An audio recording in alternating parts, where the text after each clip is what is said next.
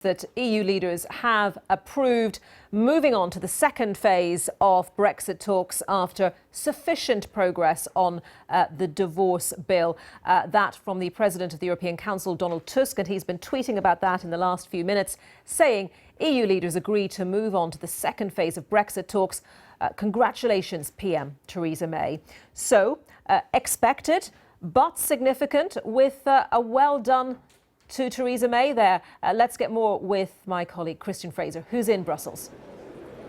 Yeah, isn't that tweet interesting? And again, it reinforces this point I've been making over the last day or so, that they are giving personal credibility to Theresa May for what has happened over the last 2 weeks. There was speculation that she would come here bruised and undermined by what happened in the Commons on Wednesday, and they are perfectly aware of the difficult mathematics back home in the House of Commons and the difficulty she will have bringing Remainers and Brexiteers around a format for the next stage of the negotiation. But they think that she was instrumental in getting the deal across the line. They've helped her along the way as well, which tells us that the European Union do want a deal. They've moved deadlines. And as the British side have been briefing in the background of this summit, there were concessions made on the EU side as well. Concessions on the UK side, but also concessions on the EU side. So a lot of credit going to Theresa May, and of course she got a round of applause, polite applause it has to be said, but nonetheless a round of applause in the room last night. Well, let's speak to Maria de Mertzis. She's the Deputy Director at the Brussels-based economics think tank Bruegel. It's very good to see you, Maria. They're obviously have got past the rubber stamping of the agreement right at the beginning of their 2-hour meeting, and now they move on to the next bit of the discussion, and that will be really setting the terms for the next phase of the negotiation and principally the transition. What do you expect they will come to an agreement on when it comes to the transition? Well, I think in terms of options that are available to us, so literally I think there's only really 2 options. The first one is the kind of relationship that we have with Canada, that's the CETA agreement.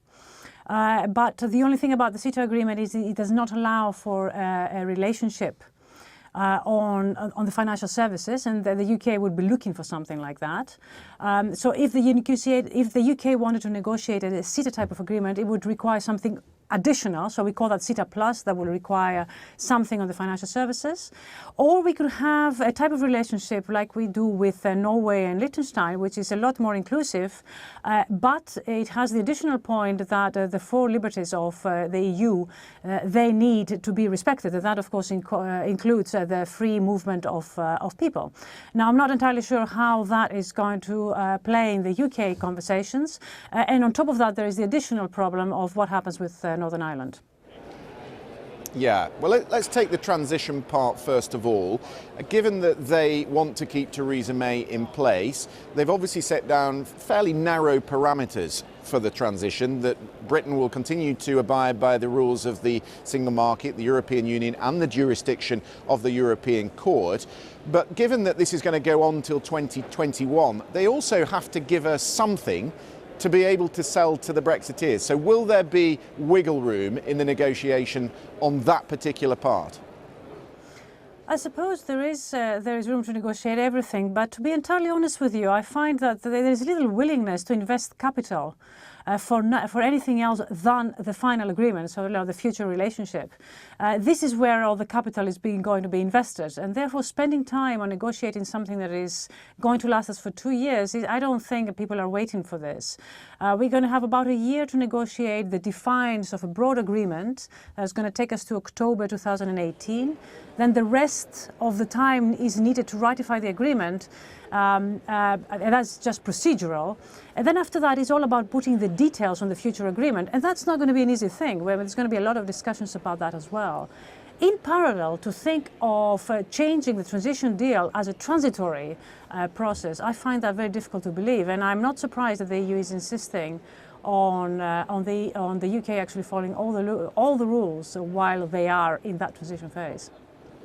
Well, I do appreciate that, but at the other side of the transition period in 2021, there is then a cliff edge. And what the UK would be saying, I presume, in the negotiations is you have to enable us to hold discussions on future trade deals with other countries.